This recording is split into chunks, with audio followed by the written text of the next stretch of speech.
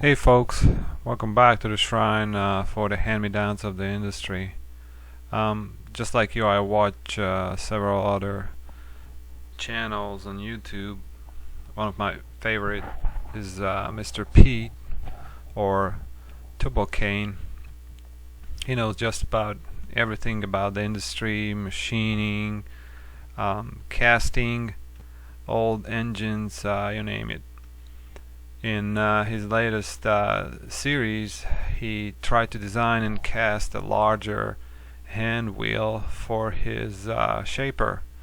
One of his friends 3D printed the patterns for him, and he had multiple issues with the patterns, but Mr. Pete found a workaround for just about all the issues. I thought I'd give it a stab to see if I can get better results. As you can see, I modeled the pattern in Creo. This is my choice of software.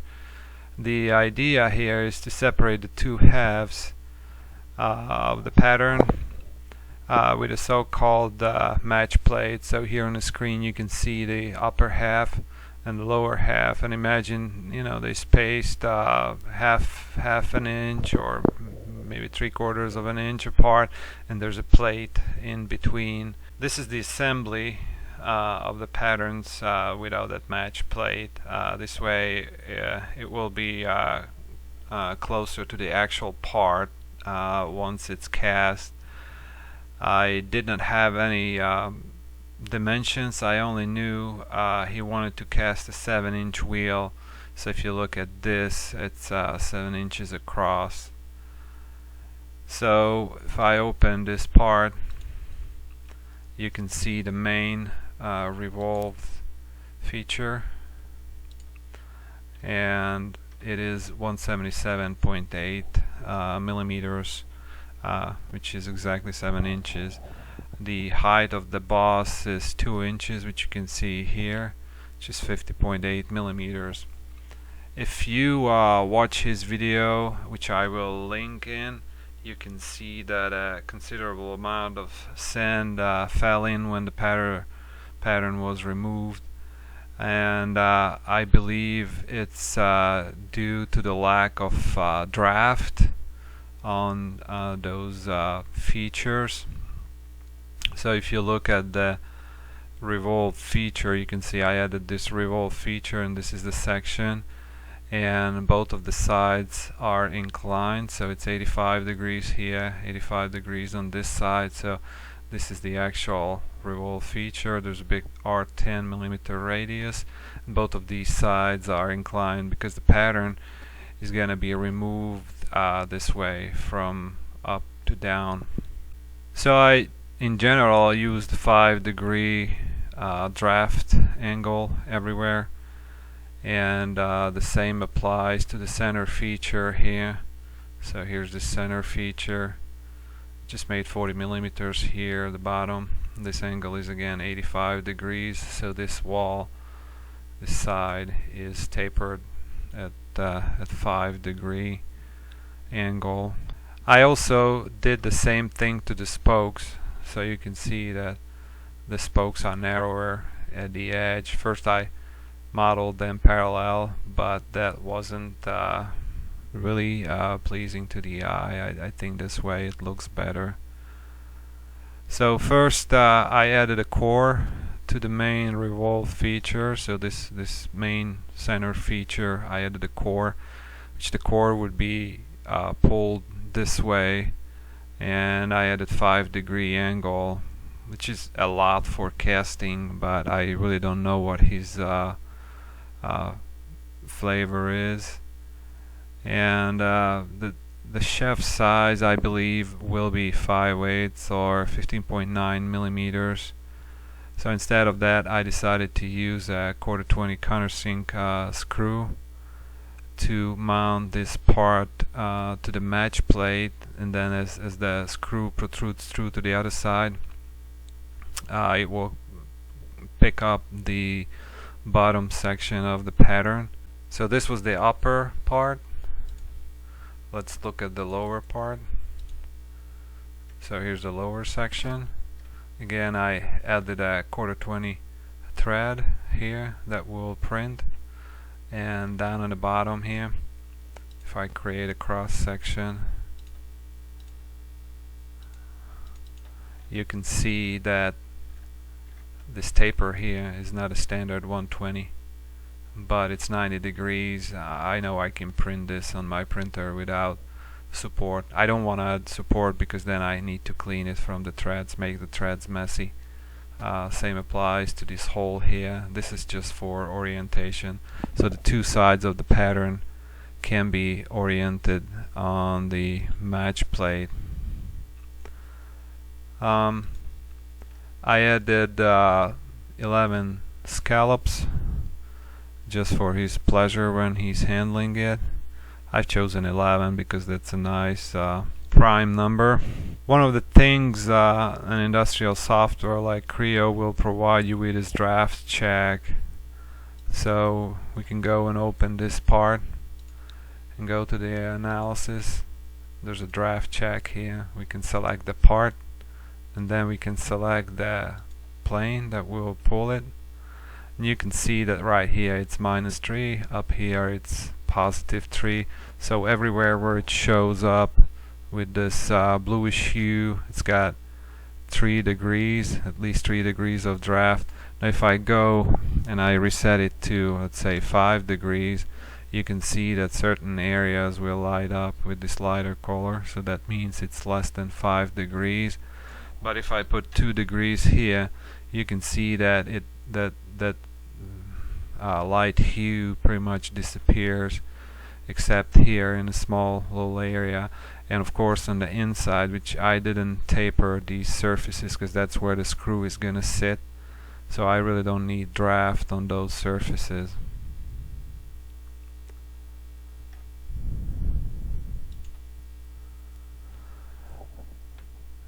Another thing that we can do is look at the part when it will be final machined. So this one is, you can imagine this is how the casting is gonna look like, except the bolt is not gonna be there. I created some features here, so this is for machining, and what I did is I painted all the surfaces this brown color, and the part is colored to green, so this way the machine surfaces will pop. So there's a through hole in the center that is going to be 5/8 or around 16 millimeters, and there's a countersink here and a 1/4-20 hole for the set screw. So that's what you can see there. Because we have the 3D model, we can create sections and look at it, see how thick this wall here, and maybe do a measurement. So the 1/4-20 screw pitch is 1.27. This is 7.93 millimeters long. So we're gonna be able to fit maybe 6.5 threads, which should be plenty to hold that set screw, even in aluminum. Finally, I want to show you a neat little trick. So when you want to export this for an STL file, what I typically do is I like to orient the file or the part in a way that it will be printed. And if you look at the original coordinate system, it doesn't is not oriented properly. So here's my original coordinate system, and then some of the software, 3D printing software, will allow you to change the parts orientation to your will, but I like to do it in Creo. So you can see Y is pointing up, which is not correct. So what I did instead is I created a coordinate system, and I just call it STL, and I orient the Z-axis to the top, as you can see here. So the next thing is we can go and do a save a copy, and just select stereolithography here and just use the default name. It exists because I already saved it. Now when this export window comes up, then there's a chord height here, and if you use the default, the STL export is gonna be pretty coarse. So what I usually do is I type 0 and then I hit enter, and Creo is gonna include the minimum. So when you click that box, it will say, when you click the box, it will tell you the minimum and maximum, just like you see on the screen. So that's a neat little trick. So once you export it, then you can see the STL file, and you can see that close to the radiuses it will refine it nicely, and then some other areas it will be a little bit coarser. Again, it's depending on the features that you have in the part. I'm old school. I used a slicer to slice it. There's nothing magic about it. It's just the slicer I like, and I'm using printer face to run the printer. Printer is connected. Bed temperature is 95, heater is 233. Those are usually good numbers to start. And there's the wheel, and we're gonna go and start it up. There's the printer, and let's see what happens.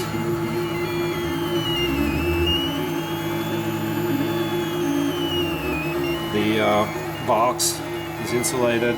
It's running at 23 degrees Celsius because I opened the door. Once I shut the door, temperature is going to go up to around 35-40 degrees. That's typically adequate for printing large parts. So now the print begins.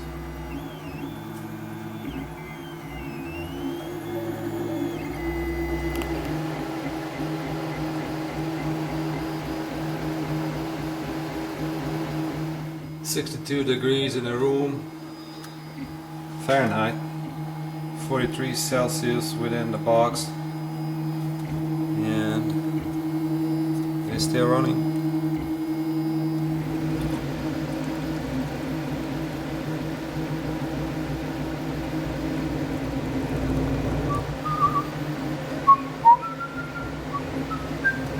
And it's done, at least the upper part. Here's printer face.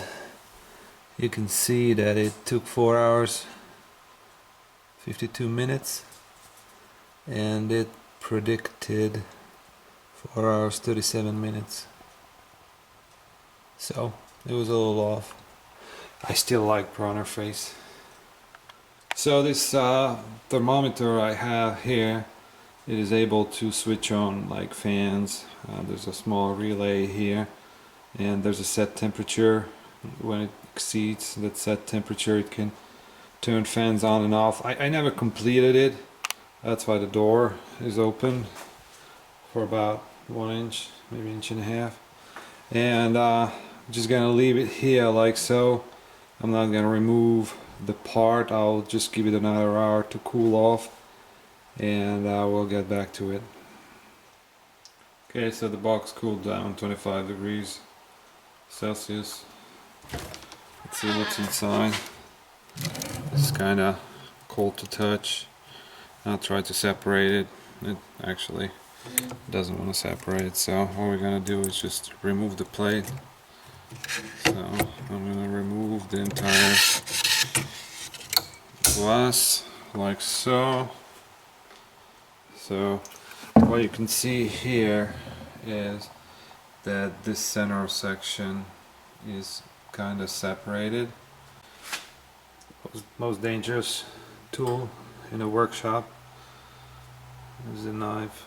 So once you got the knife underneath, you can just go and just follow it like so. So what you can see here is the imprint of the glass and the Kapton tape. I did not I did not put a new Kapton tape on, and there are the holes, 2/4 inch holes. This is a through hole, a little larger than 1/4 inch. So let's put it on the surface plate and see what we're dealing with. So right here you can see it's a nice solid contact. The center doesn't really wobble. Let's see which filler gauge goes under. So here's the 5 thou. Okay, so 5 thou goes under on all sides. So I'm gonna try next. Let's see, 5 thou 7 9. So here's a 10. This is the 10 thou.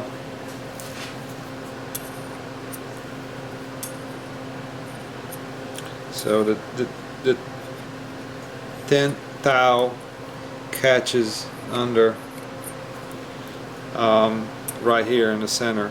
So what happens here is when we print this, everything is 230, 40 centigrade hot, and as the part starts to cool, the bottom is being held by the glass plate and the Kapton tape, and then there's internal stresses in it.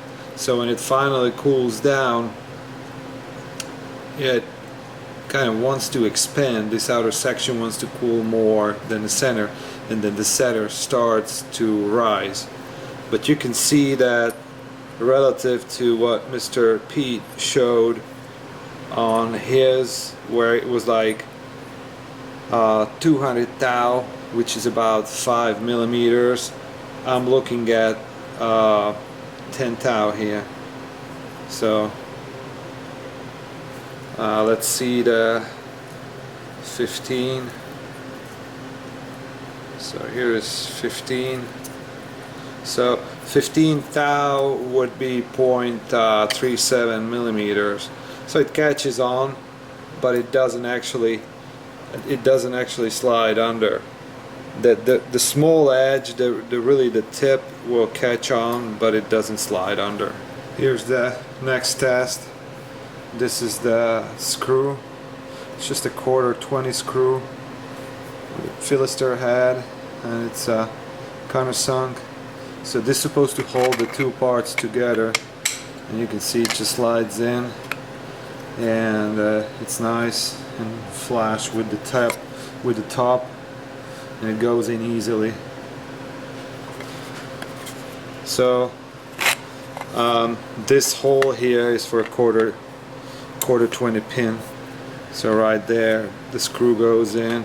If I really want to, I can just drill it up or put a reamer in, and it's gonna be really nice.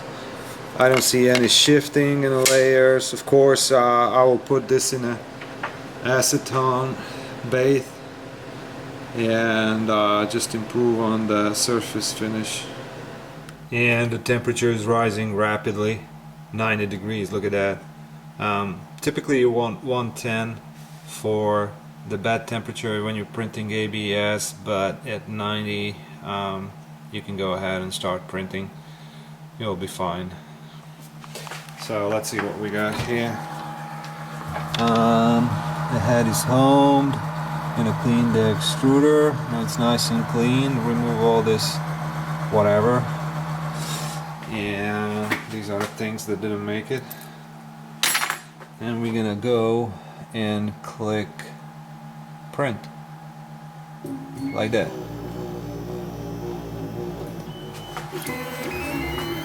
And off she goes. So when the printer first starts, it will just deposit 2 layers around the perimeter, and it's pretty much just to prime the extruder. And it doesn't always have really good adhesion because the system is just not at temperature. And there it goes, and it will go and create those first contours. On the previous test, I wasn't able to complete the print because for the first layer I need to turn on this fan, and it's in my G code that it turns the fan off, and that's just something I need to address, but I don't print as much recently as I've been printing, a couple years ago. Different priorities, I guess.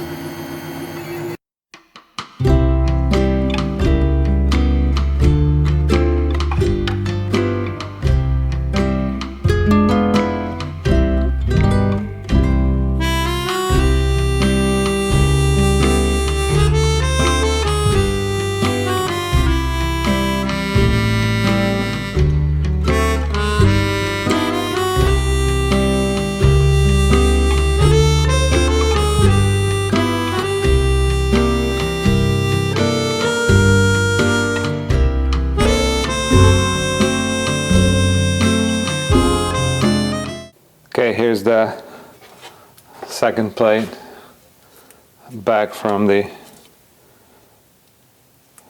printer, and just gonna leave it on the plate for now and go with a tool to see if there's any gaps. So this was printed last night.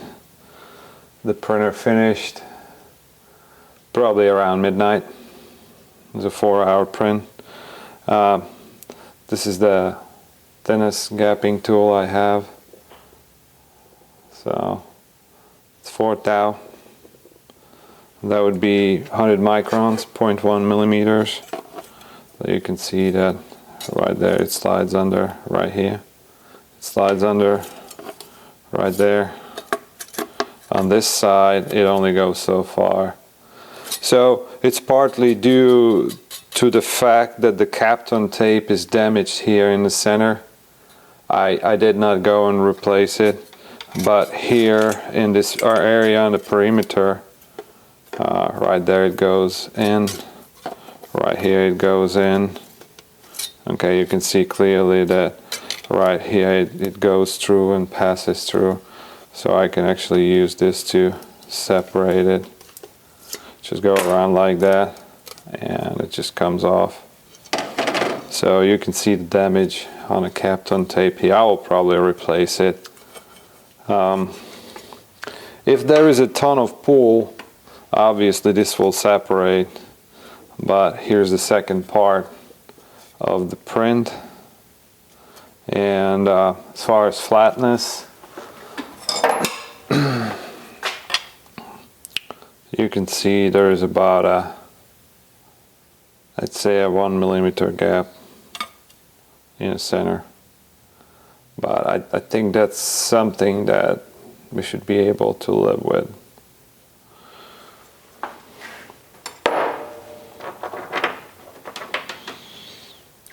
As far as testing goes, here's the thread in the center. That's a 1/4 thread. This will probably not go in. I'll need to chamfer it first and probably run a tap in it, and this is the other hole. I just need to clean the edges. So I end up with these sharp edges, and that's due to the fact that when I print for the initial layer, I lowered the print head. So I'm printing 1/4 millimeter or 10 thou layer height. But for the first layer I set it to about 100 microns. So it squishes out the material, but it provides better adhesion. And so I end up with this sharp corner. And what I do is I have a deburring tool like this. You can buy this at Home Depot. That's like 10 bucks. It comes with several additional cutting blades.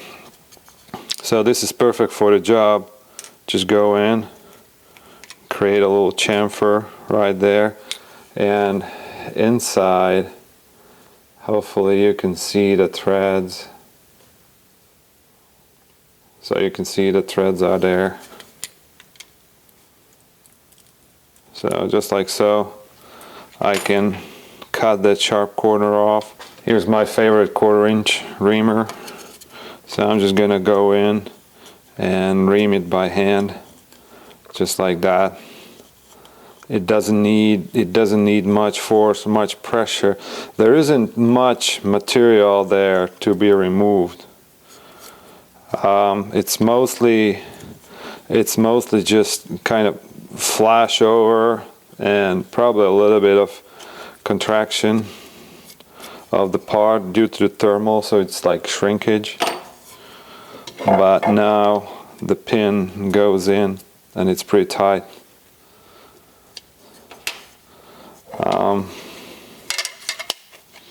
So there are the two parts. You can see when I put them together, there's a little gap right there in the center, but we'll manage that with the bolt here. So let me run a tap first and see how do we go from there. Again, these are the threads that I printed. Here's a 1/4" bottoming tab. Looks like a bottoming tab. You can always double check the threads this way.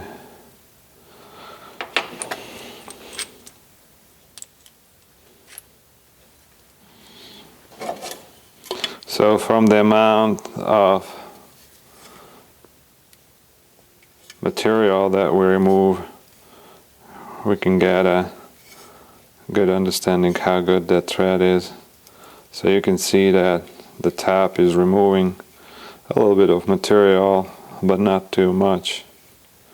It's mainly just cleaning the threads. I printed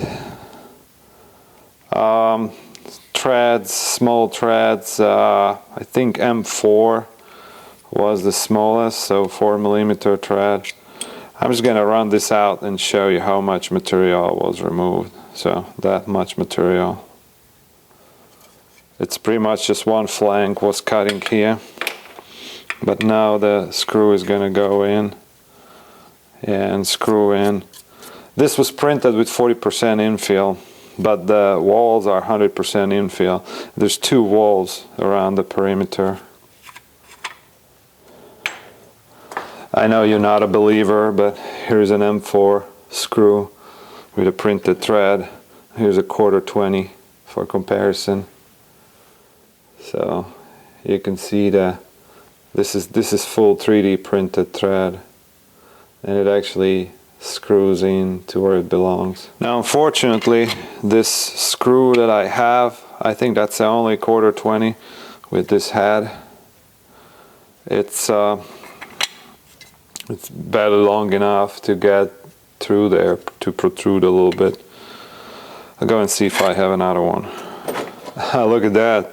I not only have another one, but this one seems to be stainless.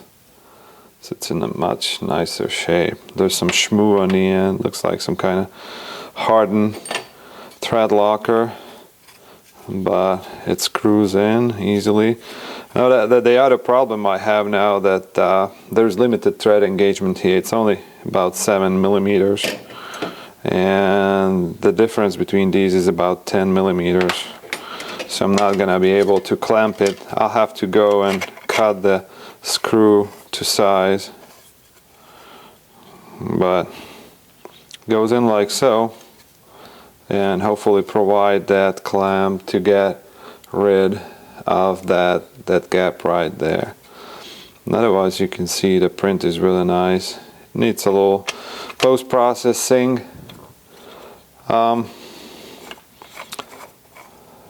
What I did is what I did to the other one is I just ran this tool like so, getting rid of that sharp corner, and just take your time, go easy on it, and just absolutely remove the material that's necessary to be removed. But once you do that, then this sharp corner becomes a little more dull.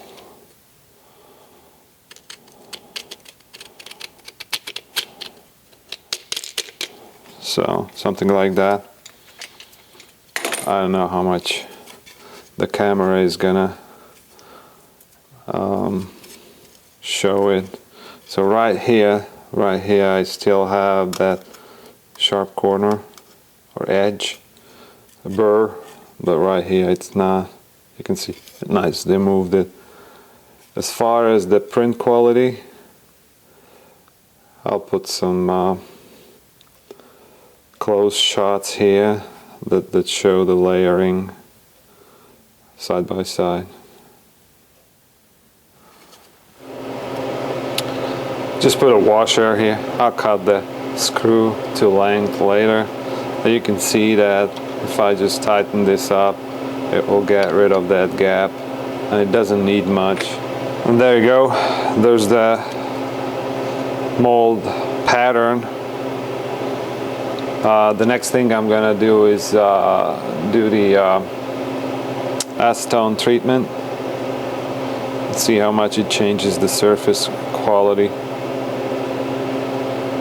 Well, you cannot say I didn't try, because I did. I used this filament. This is Hatchbox, and I also used this one. This is Toner Plastics. They are both ABS. So this was my setup. Again, I have a heater here for a terrarium. I was measuring the temperature. When it was stabilized, it was around 35 degrees Celsius. And then this is just a flat plate. Basically, I put the parts on. I machined this side so it's flat. And then I put the acetone down there, and these sponges just wick up the acetone and then provide a acetone environment up on the top here, so I can put the part on this plate and then cover it, come back half an hour later, and then one of the parts I soaked it for 1 hour. So there's two parts here. They both were treated in the acetone bath, and you can see that this one that I left for overnight shrunk probably about 4 millimeters in diameter. So again, this is 7 inches, and this is one of the parts, the top part that I just sanded lightly, and then this one was in acetone treatment, but it's just not doing it. There's something about the material, I don't know what it is. I had a couple scrap parts and I soaked them, and you can see that it nicely blended it and got rid of the layering. This was a failed part that shifted, and here's another part. You can see that it's nicely blended it together. So there must be something with these with this material that I used. So I'm just going to discard this part here that shrunk, and the other one is still a good part. So if I put it together, you can see that it fits nicely, and the bolt is going to pull it together once it's tight. And the diameter is the same. Maybe it needs a little sanding. Thanks again for joining in on this journey, Mr. Pete. If you see this, you're welcome to have the parts and do another casting. Just send me a private message. For everyone else, thanks again, and see you next time. Bye.